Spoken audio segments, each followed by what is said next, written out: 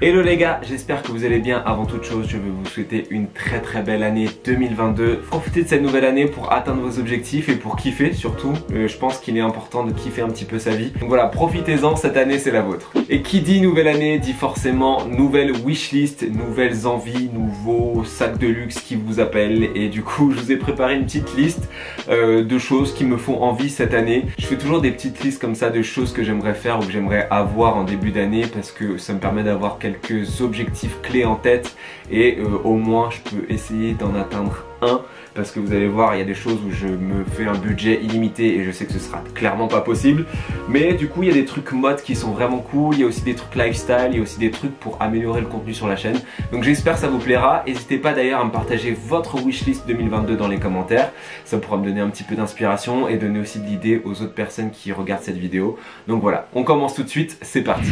On commence avec la première partie et cette partie c'est la partie que je préfère, c'est la partie mode. On va commencer avec la paire de lunettes de chez Jacquemus qui est la paire de lunettes Altu qui est à 345 €.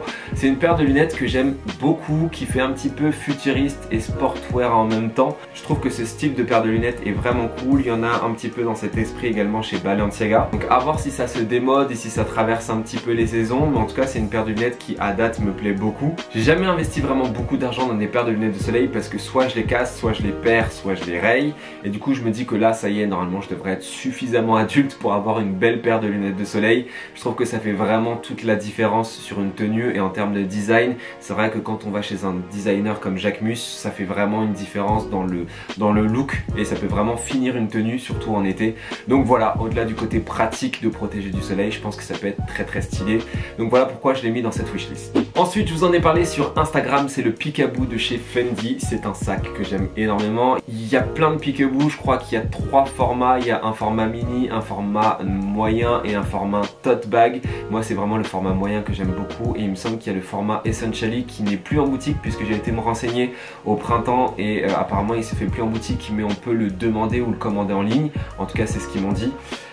Et c'est un sac qui est à 2700 €. C'est très cher pour un sac, mais j'ai envie d'un plus grand sac où je peux mettre par exemple un ordi ou plus d'affaires. En plus ce sac là je trouve qu'il est vraiment élégant. Il se porte également en bandoulière, ce qui est ultra pratique. Et vraiment dans les sacs masculins, en tout cas chez les marques de luxe, c'est celui qui me plaît le plus, en tout cas pour le moment. Et je l'ai mis dans cette liste parce que j'ai beaucoup de petits sacs bandoulières, mais j'ai pas de grands sacs.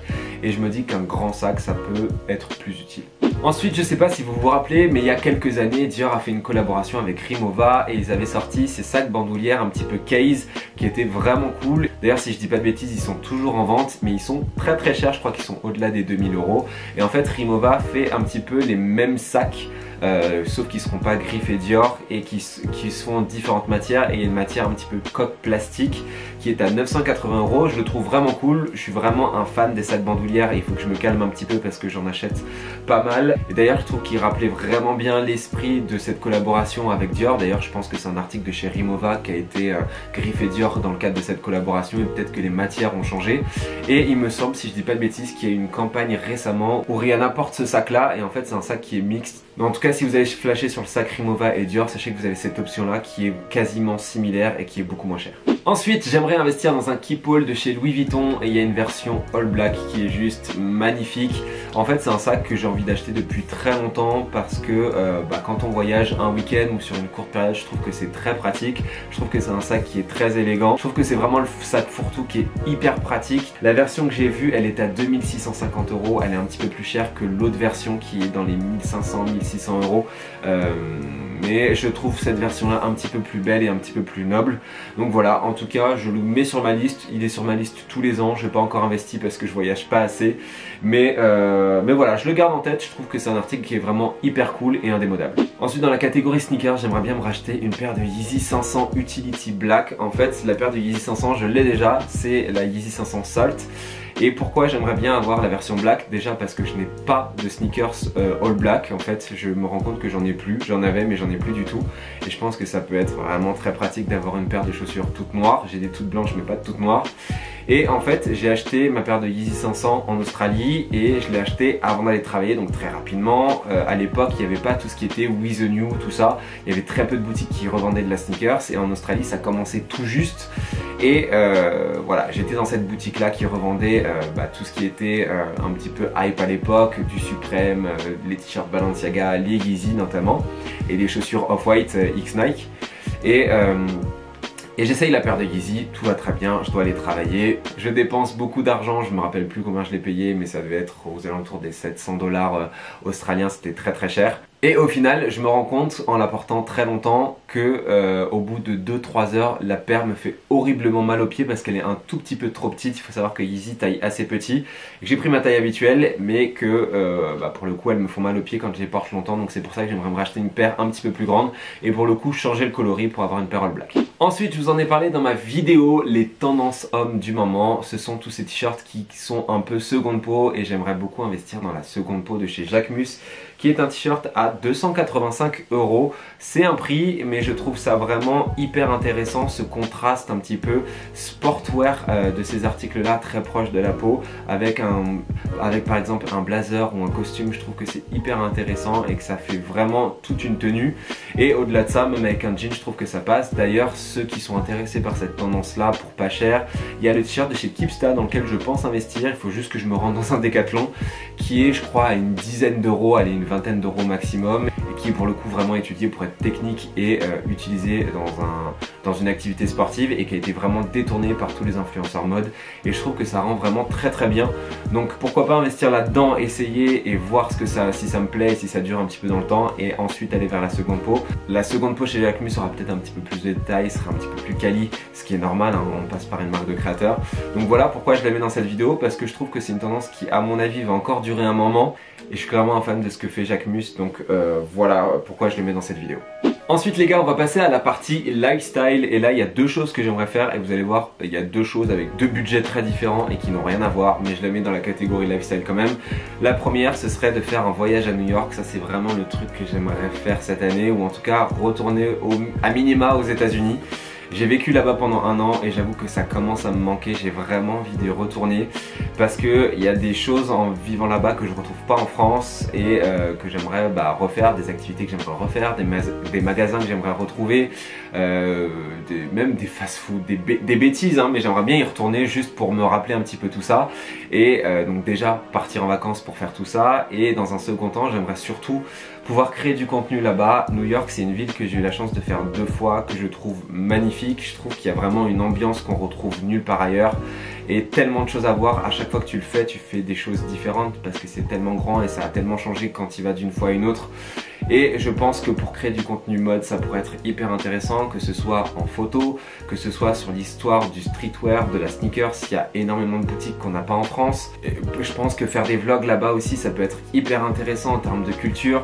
Il y a des musées aussi que j'ai jamais fait, le MoMA que j'aimerais énormément faire. Enfin, il y a plein de choses que j'aimerais faire qui pourraient me permettre aussi de créer du contenu. Donc j'aimerais y aller d'une part pour prendre des vacances, et de deux pour bosser un petit peu sur la chaîne, parce que la chaîne ça va être une de mes grosses priorités cette année. Et le deuxième truc que j'aimerais tester, ce sont les bougies diptyques. Alors je sais pas pourquoi, j'ai jamais senti, je sais juste que ça me fait envie. En tout cas ça a l'air d'être des très bonnes bougies de qualité. Je trouve que l'objet en soi est beau. En fait les influenceurs en parlent souvent, et j'en vois très souvent dans les grands magasins. Il me semble que j'en ai vu à la Samaritaine, au printemps, Galerie Lafayette, tout ça. Et à chaque fois je me dis, il faut que j'essaye, et je n'essaye pas parce que c'est très cher pour une bougie. Je crois qu'elles sont à 52 €. Mais en tout cas voilà, j'aimerais bien tester ça cette année. Je ne sais pas pourquoi, ça m'intrigue en fait. C'est une marque qui m'intrigue, voilà. J'ai envie de comprendre pourquoi ce succès, est-ce que c'est mérité, est-ce que ça vaut le coup. Donc voilà, je pense que je vais tester ça cette année, et si je teste, je vous en dirai ce que j'en pense. Et dernière catégorie de cette vidéo les gars, on va passer au high-tech, et tout le high-tech de cette vidéo sera centré sur la chaîne, puisque j'ai envie de changer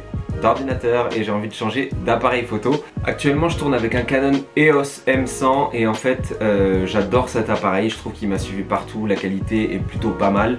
La seule chose qui me dérange, c'est que quand il chauffe un peu trop, je ne peux plus tourner dans la qualité que je veux. Et deuxièmement, c'est qu'il tourne que en 50 images par seconde, donc en fait c'est pas dérangeant là. Par contre si je veux faire des beaux ralentis ou des choses comme ça, et j'ai envie vraiment d'améliorer ma qualité au montage et tout ça, je peux pas le faire avec du 50 images par seconde. Donc voilà pourquoi je veux changer pour un G7X, puisque c'est la caméra dont j'entends parler parler depuis le début que je suis sur YouTube et je pense qu'elle peut être aussi un petit peu plus compacte et un petit peu plus transportable facilement. Donc voilà pourquoi j'aimerais m'orienter vers cette caméra.